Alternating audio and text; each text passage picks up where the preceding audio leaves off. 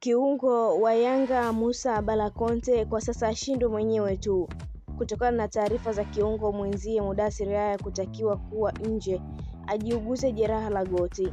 Licha ya Mudathir kujumuishwa katika kikosi cha timu ya taifa iliyopo chini ya kaimu kocha mkuu Miguel Angel Gamondi, inadaiwa kiungo huyo huenda akashindwa kujumuika na timu kwa vile ni majeruhi.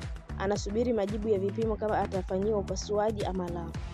Chanzo changu cha kuaminika kutoka Yanga kimeweka wazi Mudathir aliumia katika mechi dhidi ya Wiliete Benguela ya Angola, akitumika kwa dakika 24 na hakurejea tena uwanjani hadi sasa.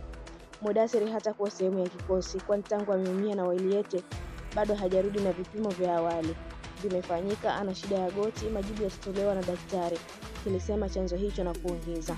Inaelezwa majibu yatakapotoka ndio itafahamika kama ni kupata mapumziko ya muda kutokana na mechi za mara kwa mara ama kufanyiwa upasuaji, kwani mchezaji mwenyewe analalamika na maumivu makali.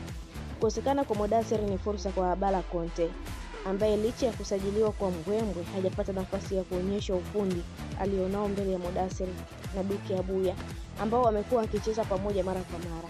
Edmund John naye ambaye pia inatajwa hata kuwa sehemu ya mchezo kwani ni majeruhi pia.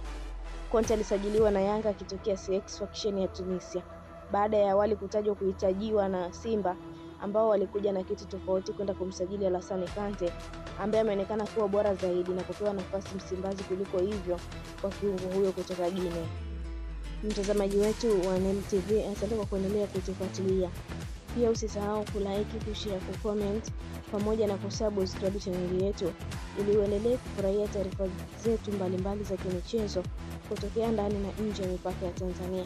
Allow notification kwa ajili ya kupata taarifa zetu pindi tunapoweka taarifa mpya kwenye channel yetu ya NEM TV. Ili kuandalia na kusomea taarifa hii mimi ni Liz wa Sports, Sport Liz, hadi wakati mwingine. Bye bye.